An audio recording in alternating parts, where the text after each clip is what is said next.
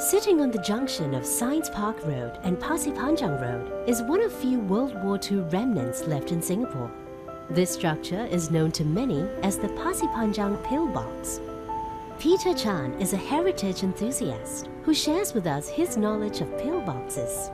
I have great interest in the pillboxes of this sort, and the reason why I love pillboxes is because of my memories as a child, and I used to play in one of those over at the east coast of Singapore. This is a pillbox because it is shaped like a box. Now, the other type of pillboxes along the east coast of Singapore are meant to protect the artillery bases. Now, in the case of the pillboxes in the eastern part of Singapore here, it is also meant to be a form of a coastal defense. Now, if you look at the map of Singapore, you will find that there are a lot of swamps on the western part of Singapore, but on the eastern part of Singapore, it meets a very good place for a beach landing, assuming that the enemy would want to capture Singapore by landing on the beach. So this particular pillbox, Pasir Panjang here, it's meant to do a different kind of task. It's meant to be a road obstacle. Now, if you look at the direction of the loopholes, or what we call the windows, when the soldiers look out the pillbox here, they're all looking not towards Pasir Panjang Sea, but they're all looking towards Pasir Panjang Road in the direction of Clementi Road. So obviously, it tells me that this pillbox here is meant to slow down the Japanese from advancing further into the city. Peter believes that the pillbox was placed here to protect the Buena Vista gun battery and previous oil storage farms, the present-day Normanton Park. He reckons the Japanese had planned to travel down Clementi Road towards Kent Ridge to capture the farms. This was until they found the farms burned to the ground, a war tactic the British called scorched earth policy. It is possible that the Japanese then carried out the massacre at Alexandra Hospital.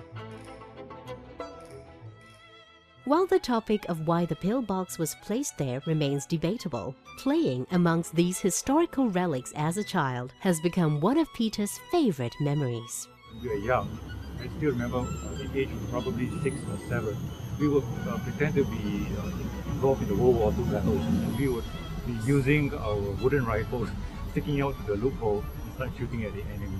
I still remember that sometimes I would play with my cousins, and then we would play one side bad and one side good. But there were times when I played by myself, and I always love to assume that I'm the commander of one of these pillboxes here by climbing up to the tower. Now this one is to do with I'm a collector of aerial photographs, especially those that relate to Singapore, whether it is dated back to the 1940s during the war, or those aerial photographs taken after the war.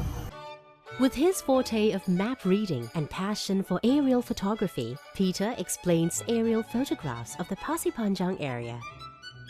It's actually by accident that I actually discovered the existence of the military railway track, which actually ran quite close to Pasir Panjang Road, passing places like Dover Road, cutting across Clementi Road, but in those days they did not call it Clementi Road, they call it Reformatory Road. And it's interesting because this military railway track did not just originate from Pasir Panjang Road. It stretched all the way back where it connected with the main Malayan Railway track, somewhere at North Buena Vista Road. These pillboxes, there are two sides to the story. It can be a happy story, like in my case, I played in them. It can be also a sad story because it's a reminder of the war. Memories of playing in these historic structures strike the hearts of many in Peter's generation. More importantly, these recollections show us how preserving and learning from history will always be part and parcel of life.